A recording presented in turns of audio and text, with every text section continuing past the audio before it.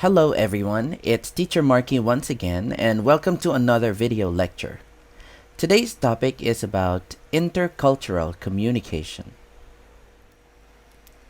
Today, we will learn about culture and intercultural communication, the developmental model of intercultural sensitivity, or the DMIS, and the different barriers to intercultural communication. Culture is a social system that is comprised of values, norms, and ways of behaving, including the way we dress, the food we eat, the music we listen to, and even how we communicate. It also refers to all the characteristics common to a particular group of people. These features are learned and not intrinsic or given by nature. Culture is something that is handed down from one generation to another by parents, schools, media, and the broader community. According to Lustig and Koester in 2010, culture is a learned set of shared interpretations about beliefs, values, norms, and social practices, which affect the behaviors of a relatively large group of people. Thus, when thinking about culture, it is helpful to remember the following. Culture is learned. Cultures are not innate or biological. They are something that we learn through interactions with others. Culture is shared. Individuals operating within a culture share the same set of interpretations. It is because of this that culture often seems invisible to those who share it, as everyone is operating under the same set of premises. Culture is dynamic. Cultures change slowly over time. They are not static. Thus, we must continually learn about a culture. Culture is systemic. Cultures permeate individuals' beliefs, social interactions, laws, and institutions. One skill that is essential in the 21st century is global competitiveness. In order for us to be globally competitive individuals, we must learn how to engage in intercultural communication. It is our ability to communicate, interact, and work with people of varying nationalities, backgrounds, cultures, and even languages across the world. According to Ting Toomey in 1999, intercultural communication happens when an individual interacts, negotiates, and creates meanings while bringing in their varied cultural backgrounds. It is a kind of communication that is influenced by differences in ethnicities, religions, and sexual orientations. Simply put, intercultural communication is the sending and receiving of messages across languages and cultures. Here are a few examples of situations showing intercultural communication. A Christian converses with a Muslim, which shows difference in religion. A woman receives an order from a man, which shows difference in gender.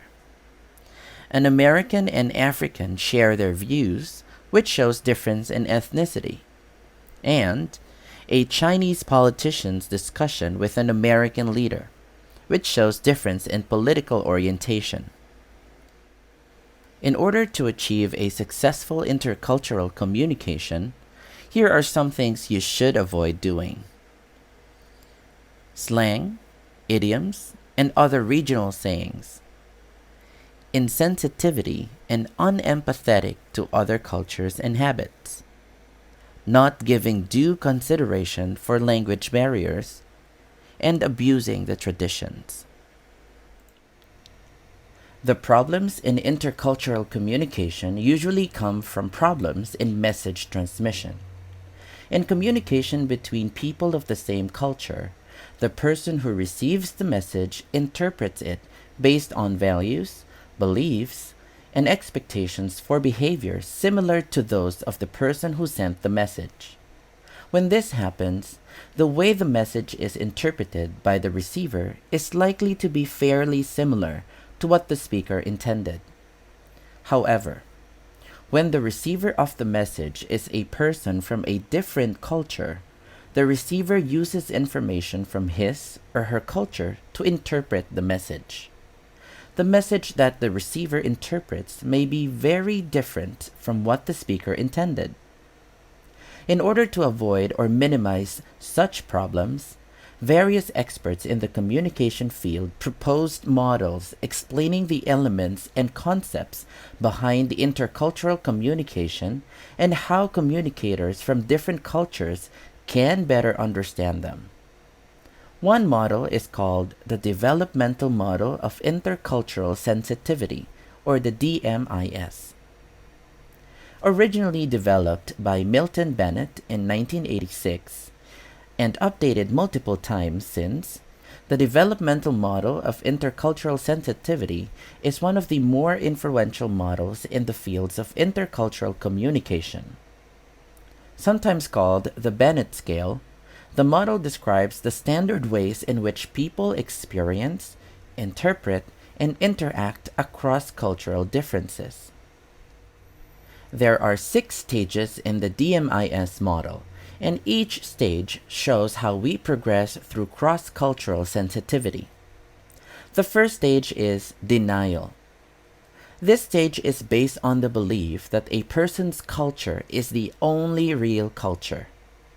An individual fails to see cultural differences and tends to isolate themselves from other groups. In many cases, people at the denial stage are not intentionally trying to denigrate other cultures or groups, but their inexperience may nevertheless be hurtful to others or incline them to support unjust policies. Generalization and stereotype are common in this stage. The second stage is defense. In this stage, an individual feels as though their own culture is the only good culture, and may feel threatened by other cultures and their differences. The individual tends to be critical and has a narrow focus on what's appropriate and correct. Defense may also manifest in efforts to deny people from other cultures equal access or opportunity. Like in the illustration, the boy suggests that the girl should wear the same uniform as they do in order for her to fit in. The third stage is minimization. In this stage, a person begins to find commonalities between themselves and people of other cultures, banking on the universality of ideas. There is recognition that all people are people despite differences. Minimization may also manifest in arguments that human similarities are more important than cultural differences, or in claims that, deep down, humans are all alike. The fourth stage is acceptance. This stage promotes belief that one's culture is just one of the many cultures in the world. Curiosity and desire to learn arise. A person appreciates important cultural differences in behavior and eventually in values. The acceptance stage may also manifest as greater curiosity about or interest in other cultures, and people may start to seek out cross-cultural relationships and social interactions that they might have avoided in the past. Like in the illustration, the boy expresses his interest to know more about the girl's culture. The fifth stage is adaptation. In this stage, individuals become more competent in how to communicate with other people from other cultures. They are now open to worldviews when accepting new perspectives. They have learned to see the world through another's eyes. The adaptation stage may also manifest when people from different cultural backgrounds can discuss their cultural experiences and perspectives in ways that are conversant in and sensitive to the other culture. The sixth And the final stage of the DMIS is integration. In this stage, individuals start to go beyond their own cultures and see themselves based on different cultural viewpoints. They are now able to understand different cultures and promote unity among them. People from different values, cultures, and backgrounds have to deal with issues of intercultural communication because of certain barriers. The following attitudes and behaviors towards culture pose difficulties in communicating effectively between cultures. The first one is ethnocentrism. It is the belief that one's own cultural behaviors, norms, ways of thinking, and being are superior to all other cultural groups. It means that one sees his own culture as the only correct way of living. In extreme cases, a group may try to change or convert others to their own beliefs. If unwilling, it may result to devastating results like wars and genocide. A good example of ethnocentrism is religion. Another barrier is stereotyping. The oversimplification or distortion of views of another race, ethnic group, or even another culture is referred to as stereotyping. Perhaps the most common barrier to intercultural communication, stereotypes could either be positive or negative. They exist in our subconscious and are difficult to remove once established. An example of this is the common belief that people who wear eyeglasses are smart or studious. We also have prejudice. This is a positive or negative feeling held towards individuals belonging to a particular race, social class, religion, and sexual identity, among others. For instance, prejudice may cause one to feel fearful or resentful towards someone belonging to a particular group. It may be exemplified by speaking ill of someone from a target group.